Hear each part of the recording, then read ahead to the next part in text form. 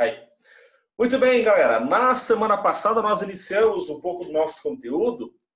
Esse conteúdo que nós estamos vendo com vocês no nono ano aí agora, ele é um conteúdo um pouquinho mais... Não vou dizer que ele é chato, né? Que o professor pode dizer que o conteúdo é chato. Mas ele é um pouquinho mais... entediante, talvez, né? A palavra certa, mas vou usar ela, do que outros conteúdos que nós temos, tá? A gente trabalhou sobre religião e ciência, trabalhamos sobre as concepções do tempo, etc, e tudo mais, né? E aí agora, esse conteúdo sobre as atitudes diante do transcendente, elas podem ser um pouco mais não, elas são bem teóricas, né? São bem teóricas e a gente vai percebendo que aos poucos elas também vão mudando. O que vem depois disso, o que nós vamos ver na sequência desse conteúdo, é sobre as novas configurações religiosas, né? Isso vai ser, talvez daqui um mês, mais ou menos, a gente entra aí nesse assunto, nesse conteúdo, tá? E aí nós vamos ver como que isso vai influenciar no mundo de hoje, tá? Porque, mais do que nunca, a atualidade está vivendo muito uma nova configuração religiosa, tá? Isso é bem importante que todos nós saibamos que todos nós vivemos num mundo em que se apresentam várias configurações novas, religiosas, sociais, políticas, identitárias, socioeconômicas, etc, tá bom? Amanda, que bom que você desligou o áudio para mandar um áudio aí. Eu vi todo você mandando seu áudio daqui. Não precisa ter vergonha não, tá? Acontece. Inclusive eu peço desculpas para vocês se eu estou esperando uma ligação. Se meu telefone tocar hoje, talvez eu precise atender, tá? Mas peço desculpas aí para vocês caso isso aconteça. Tá bom? Enfim, vamos lá então. Eu vou compartilhar com vocês minha tela aqui. Professor. Diga. A chamada que você colocou os números, é para colocar na ordem do meu número ou posso colocar em qualquer número? Põe na ordem do seu número de acordo com o teu número da chamada mesmo, tá? Que fica melhor para eu saber depois. Meu nome, ele? Oi? Não, que semana passada foi teu aniversário, lembra? Então dá para pagar. Eu lembro. Enfim. 14 anos que você fez, né, Rafael? Oh, meus 14. Bom, nós vimos na aula passada, né? Primeiro, o que nós entendemos como transcendente? O termo transcendente é usado para se referir a uma realidade sobrenatural. Isto é, se aplica às concepções de Deus, sagrado, divino e etc. O que são as atitudes diante do transcendente? São todas as ações, atitudes que temos de relacionamento com aquilo que é sagrado. Por exemplo, oração, celebração, conversão, meditação, contemplação. De acordo com nossas atitudes diante do transcendente, as ações que temos no cotidiano da vida também passam por transformações. Por exemplo, ações sociais, ambientais e ecológicas, de solidariedade e de caridade, por exemplo. Tá? E aí temos deu o exemplo do apóstolo Paulo, né? Paulo apóstolo, São Paulo apóstolo, ele passou por um processo de conversão. Antes ele perseguia e matava os cristãos. Depois passou a ser um discípulo e evangelizador, que é um dos maiores autores do Novo Testamento, inclusive, tá? Um dos maiores autores que temos aí no Novo Testamento. Deixa eu só pegar meu material aqui. Um pouquinho.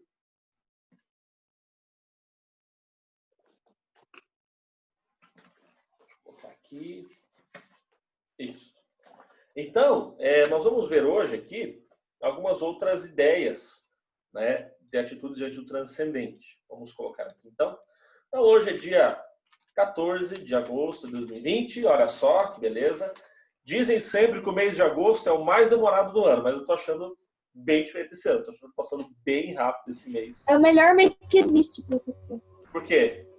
Porque meu Aniversário dela. Não, eu vou discordar. O melhor mês que existe se chama dezembro. Os melhores nascem em dezembro. Também.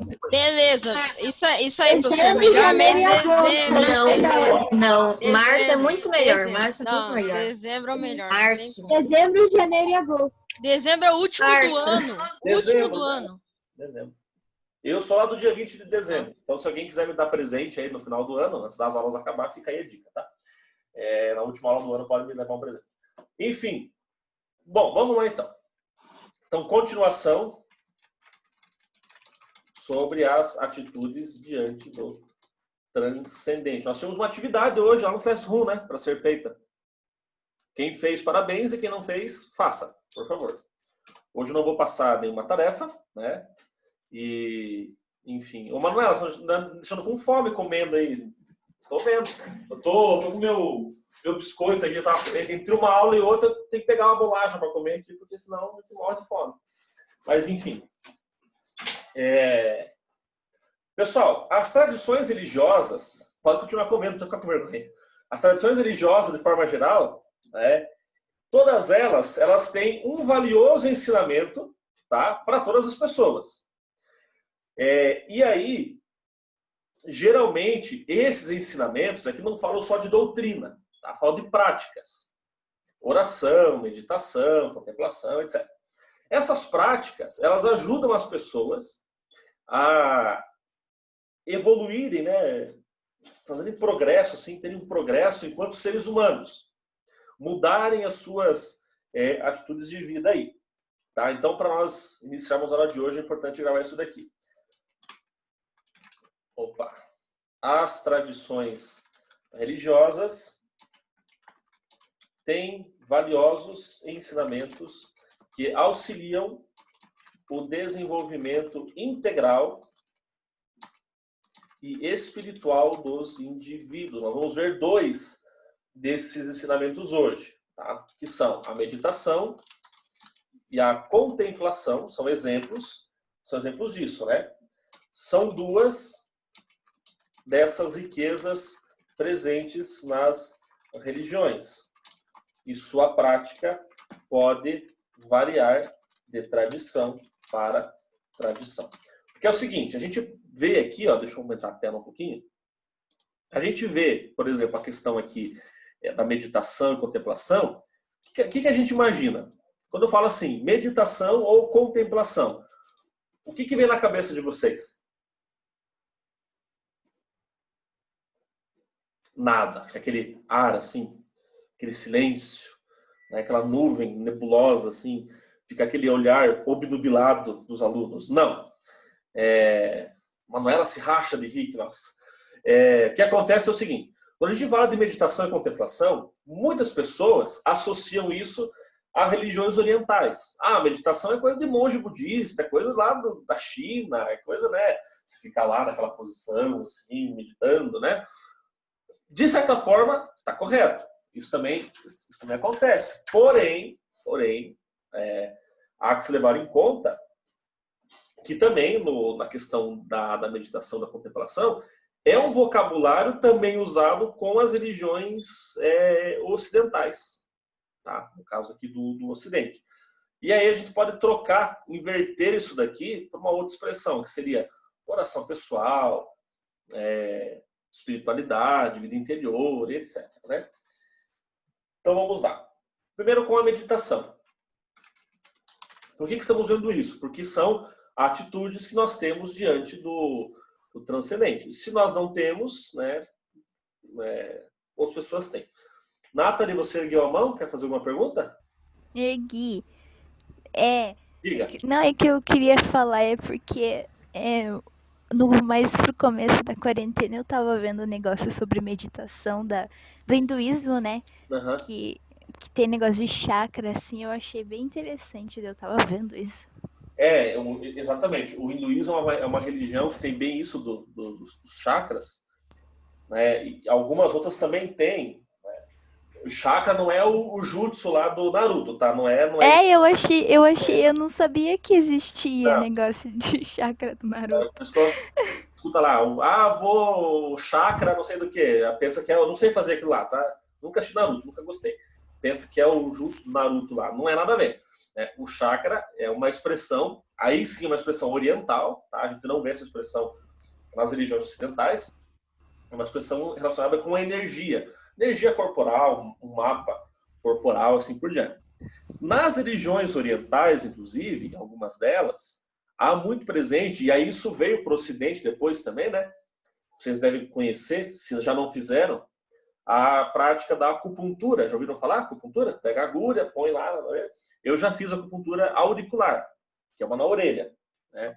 Porque eu fazia terapia e minha psicóloga dizia assim, olha, quer fazer, experimentar? Por quê? Porque a orelha, ela diz assim, se você reparar, a orelha, olha o assunto da aula, né? A orelha é o formato certinho de um feto, né, de uma criança no ventre da mãe. Todo aquele jeito lá que a criança fica, né? Toda embolada lá. Se você olhar para a sua orelha, algumas mais, outras menos, você vai ver que forma um pouco lembra um pouco desse formato da criança. E aí cada parte da orelha, segundo a acupuntura auricular, cada parte da orelha, ela representa ou tem uma ligação com uma parte do corpo. Então, o que eu fazia? Ela não ficava com a orelha cheia de agulha. Era uma bolinha bem pequenininha, uma sementinha de mostarda, assim, praticamente, que colava na orelha. Nossa, teve dias que eu fiquei com a orelha cheia, assim. E era interessante, por exemplo, uma vez eu falei assim, doutora, eu tô com muita dor no meu joelho, né? Bati o joelho, dor no meu joelho. Eu falei, então vou colocar um ponto do joelho na sua orelha. E é impressionante, não sei se é ilusão, se é mágica, se é magia, sei lá. Mas daí não doía mais o joelho, mas doía a região da orelha que representa o joelho. Então a acupuntura faz um pouco disso. Algumas tradições fazem na orelha, outras fazem na barriga, outras fazem no próprio pé também. Assim, no pé eu ia morrer da risada, né? Porque, meu Deus do céu. Então, a gente vê, né, como a Nathalie falou, algumas religiões orientais têm muito mais essa característica, né, a meditação voltada para a energia, você ter a sua concentração, você ficar ali daquele jeito assim. Tá? As religiões orientais têm mais essa questão. Cada som da meditação era para alguma coisa, cada som que você fazia. Inclusive, interessante você ter falado isso, né? Os sons, a música, né, ajudam muito na contemplação. Na outra escola que eu dou aula no Colégio Marista de Araucária. Lá os alunos têm uma disciplina só de meditação, que é interioridade o nome. E eu sou esse que vos fala, é o professor. O que a gente faz? Toda semana eu conduzo com eles uma meditação. Não tem nenhum cunho religioso, nada disso, né? Não tem nada disso. E aí eu vou mentalizando os cenários com eles. Então teve um dia que era o cenário da montanha da gratidão, né? Tem que ser criativo. Aí eu pedi para eles imaginarem dentro de uma montanha, subindo a montanha, e iam encontrando pessoas ao longo do caminho, né? Nós fizemos vários, né? Da montanha, da casa, etc. Bem bacana. Lívia, diga. Professor, eu faço teatro, assim, fazia, né, na época que não era quarentena. O professor de teatro sempre pedia pra gente fazer uma meditação antes de entrar no personagem. Sim. A meditação dele, ele fazia a mesma coisa que você faz. Só que daí ele pegava pesado mesmo. Ele fazia a gente, por exemplo, ficar, sei lá, plantar bananeira enquanto tu imagina o personagem. E fazer a gente ficar assim, meditando em posições e fazendo coisas enquanto a gente meditava. Era bem legal. Uhum. Isso aí é possível que aconteça, sabe? Gostei da tua camiseta, hein? Top, show de bola. Melhor game de todos os tempos é esse aí que está usando a camiseta. Isso é verdade, porque no teatro, né, a questão da contemplação no teatro ajuda muito. Por quê? Porque você vai... você, mas você vai representar uma personagem, né? Então você tem que agora que estar de acordo com... Não só com as falas, né? Porque você chega lá e falar, simplesmente não adianta. Você tem que ter expressão, não é verdade? Que eu falo isso no teatro, tem que ter expressão, tem que ter... Mesmo a fisionomia tem que estar transformado e tal. E aí a concentração ajuda muito nisso. Então, essas práticas de meditação, de contemplação, elas ajudam na própria concentração das pessoas. Teve um dia que tinha prova, eu também dou aula de ensino religioso, tinha prova. Assim, pessoal, vamos... hoje vamos... Não era prova minha, era prova acho que matemática, não sei. Vocês estão muito nervosos hoje, vamos dar uma acalmada aí, vamos respirar fundo, vamos... A primeira coisa que a gente faz é trabalhar com a respiração. fazer aquela respiração funda, assim, né? Enchendo bem os pulmões de ar e tal, refletindo durante a própria respiração, para a gente ver como que isso vai também nos ajudando nessa prática. Bacana, Lívia, legal. Você pretende seguir essa carreira aí de teatro? Mais ou menos. Então, tá bom. Um dia eu quero ver você numa novela e falar assim, ó, foi minha aluna aquela lá. Já pensou? Beleza? O professor fica cheio de orgulho. Bom, enfim, continuando. Deixa eu só anotar uma coisa aqui. Então a gente vai vendo, pessoal, como essa noção de meditação ela vai mudando de contexto para contexto. Tá? É uma concepção no Ocidente, é outra no Oriente, e assim vai se transformando. Mas só para a gente ter uma definição ali no nosso quadro. Então, a meditação é um caminho de peregrinação silenciosa, de simplicidade e quietude, ou seja, é um caminho que você faz em silêncio, ninguém medita conversando o tempo todo, de simplicidade e de quietude, de silêncio interior. Tá? O silêncio interior é muito importante para a prática justamente dessa meditação. Tá?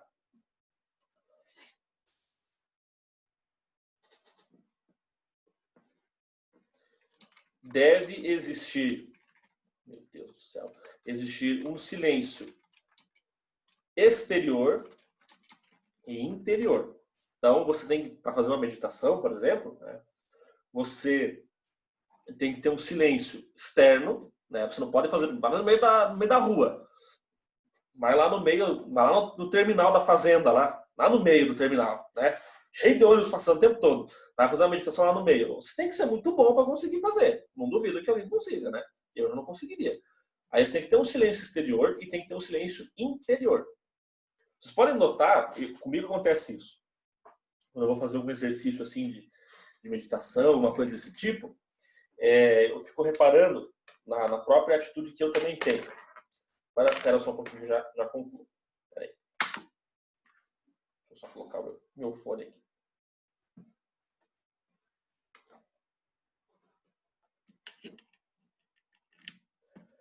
Não sei se isso com vocês já aconteceu, talvez, né? Mas quando a gente faz uma meditação, uma contemplação, pode acontecer que assim, a gente fecha os olhos e começa a vir um monte de coisa na cabeça, né? Um monte de imagem, assim, né? Aquela coisa que ninguém sabe explicar. Isso se chama barulho interior, que é normal. Barulho interior, né? Fica aquela movimentação, sabe? Você fica assim, e é normal. Aí você fecha os olhos, começa a respirar fundo, solta o ar lentamente e você vai vendo que isso vai acalmando, isso vai mudando, tá? Isso vai tranquilizando, vai relaxando, tá? Interessante que, no caso da meditação, existe muito aquela ligação, né, aquela relação com a posição de lótus, que é chamada, né, que a pessoa fica sentada com as pernas cruzadas e com as mãos assim, sobre os joelhos, né? Na tradição cristã, a meditação ela pode ser chamada de oração, que ela pode ser silenciosa ou comunitária.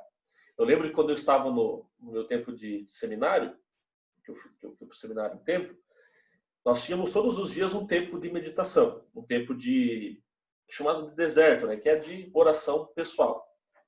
Era das 6 às 7, das 6 da tarde às 7 da noite, era 1 hora. Você tinha que ir para algum canto, assim, podia levar um livro, né, fazer a tua oração. Vocês podem pensar assim, 1 hora é de boa. Não é. É muito difícil mesmo. E é um caminho que vai se fazendo, né?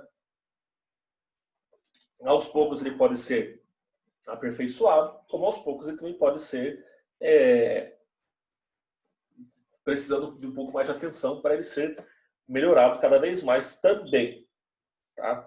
E aí se destaca, por exemplo, no século III, existiam os chamados padres e madres do deserto, que eram grandes exemplos dessa contemplação, que decidiram viver a sua fé como eremitas. Eremitas são monges do deserto, né? Viver no deserto lá, isolados de tudo, só em contemplação.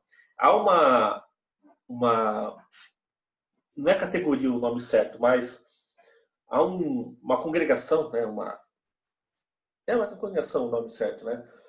De monges masculinos e femininos, né? Monges e monjas, chamados monges cartuchos. Não é cartucho de impressora, é cartucho com X. Os monges cartuchos, eles fazem um voto de silêncio, que, se eu não me engano, e eu nunca consegui viver isso aí, pelo amor de Deus, eles só podem falar, acho que 2 vezes por ano. Eles moram lá no mosteiro, é bem afastado lá, né? E durante o dia fazem... A rotina deles é bem diferente. Para começar, eles acordam às 3 da manhã, todos os dias, vão dormir ali 6h30, 7 da noite. Acordam às 3 da manhã. E dividem a rotina deles entre trabalhos manuais e trabalhos espirituais, no caso a oração, a missa, etc. Né? E aí eles não podem ter conversa entre eles. Por quê? Porque o fundador desses monges, que é um santo chamado São Bruno, que é o santo do silêncio, olha aí, Bruno, para você se inspirar nele, São Bruno, santo do silêncio, ele vai justamente ajudar nisso, tá? Para que as pessoas tenham, através do silêncio, um contato mais profundo com Deus também. É uma coisa que eu acho que eu não conseguiria viver na minha vida, de forma alguma, porque é pedir demais, né? Esse negócio de silêncio aí. Né? Então, só para a gente gravar, né? A meditação é um caminho, né, de peregrinação silenciosa, de simplicidade e quietude. Só para a gente especificar um pouco, né? Vamos colocar assim, especificando. Nas religiões orientais, meditação silenciosa voltada ao autoconhecimento e contato interior. Contato consigo mesmo, né? O contato interior. Usa-se a chamada posição de lótus, né? Que é ficar daquele jeito sentado com as pernas cruzadas. No cristianismo,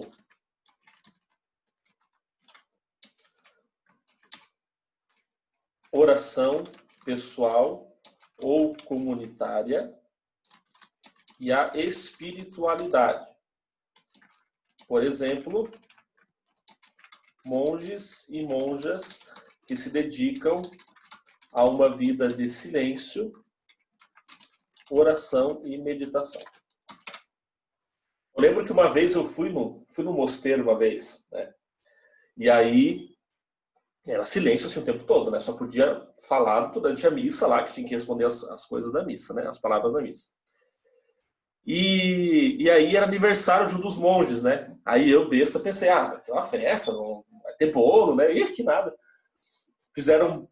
Não é porque é silencioso que não é zoeiro, tá? Você pode ser zoeiro em silêncio. Aí os outros monges, em silêncio, fizeram uma zoeira com o cara do aniversário. Fizeram um bolo de gelo para ele. Pegaram uma forma de bolo, colocaram água, colocaram no freezer, fizeram um bolo de gelo de aniversário para ele. Né? A zoeira nunca tem limites. E aí eles não iam dar parabéns, nada, né? Só cumprimentavam, assim, davam um abraço e tal. Mas o silêncio permanecia sempre, em todo momento o silêncio era guardado, né? O silêncio é sagrado. E aí temos também no islamismo. No islamismo, a religião muçulmana, que é a tradição do chamado sufismo. Sufismo. Que utiliza a meditação para superar a falta de atenção e o egocentrismo. Nossa, a falta de atenção precisa dar para alguns alunos aí fazer essa prática aí, porque olha, só Deus na causa, hein? Misericórdia. Assim, opa, meu Deus do céu. Assim como para se conscientizar da presença de Alá. Sabem que Alá é um atributo divino, é o nome de Deus, no caso, no islamismo. Sabem disso já, né? Então, pessoal, se eu perguntar numa avaliação lá, diferencie os aspectos da meditação nas correntes religiosas. Então, você coloca lá. Nas religiões orientais, a meditação, vou cair em vermelhinho para ficar bem didático aqui. Meditação silenciosa, voltada ao autoconhecimento e ao contato interior. Usa-se a chamada posição de lótus. Tá? Isso aqui pode ser, por exemplo, vou dar um exemplo aqui para vocês. Isso aqui pode ser no budismo, no hinduísmo. Deixa eu ver aqui mais religiões, talvez no próprio shintoísmo e assim vai. Tá? No cristianismo, é aquela expressão própria usada, né? É a que se refere, por exemplo, ao catolicismo, mesmo as igrejas protestantes, né? E o islamismo, como vocês já viram aí também, nessa corrente islâmica. Alguma pergunta? Alguma dúvida? Alguma colaboração? Eu gosto quando vocês dão uma colaborada boa aí na aula, que as coisas vão rendendo mais. Tchau, um tempinho para vocês irem copiando. Daí a gente encerra falando sobre a contemplação na aula de hoje.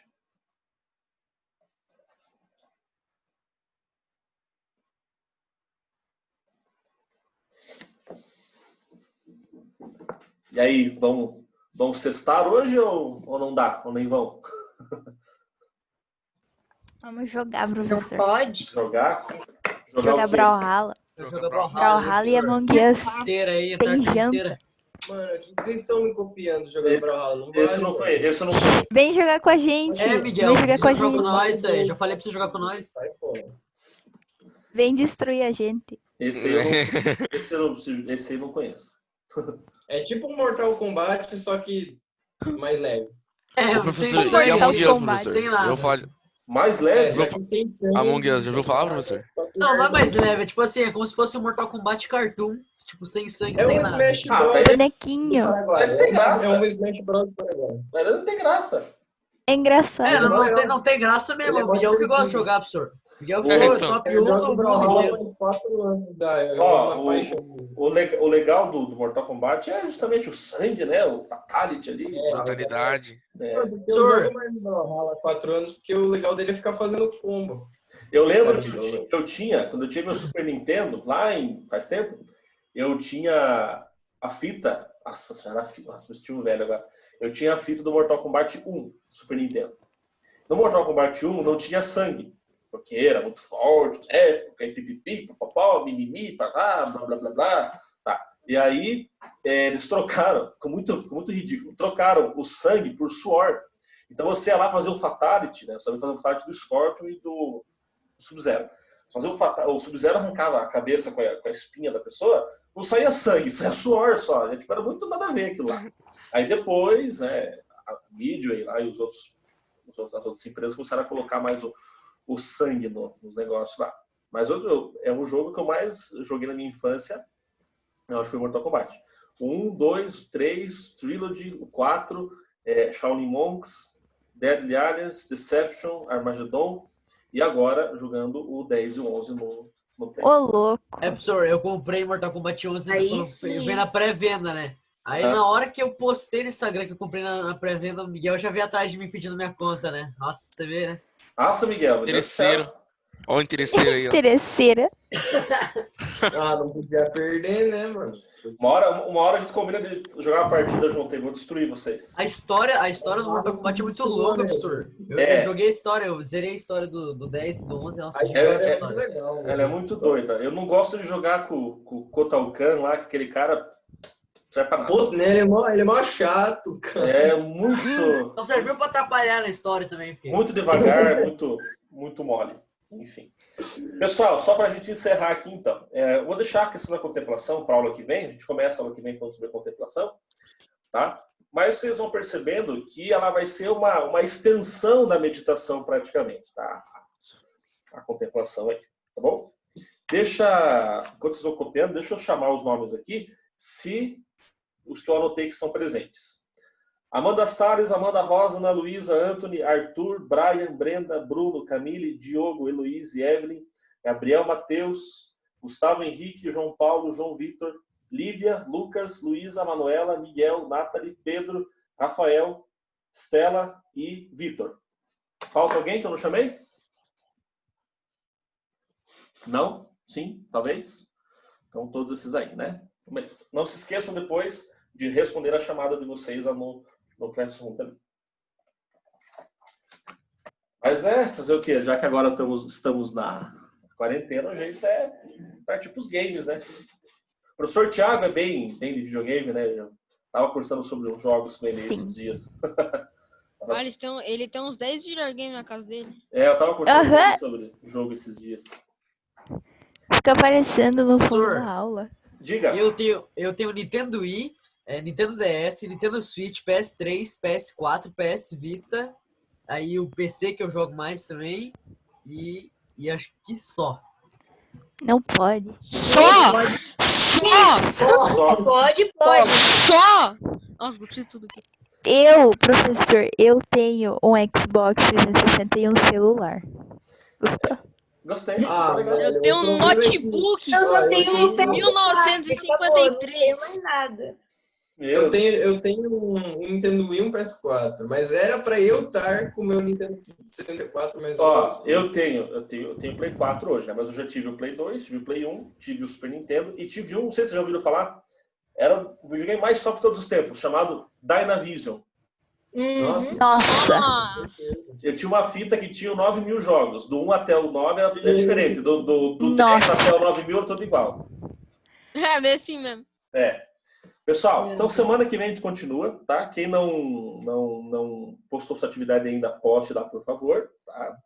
E aí, semana que vem a gente dá a conclusão aí, continuação ao nosso conteúdo da nossa aula aí nas próximas semanas, tá bom?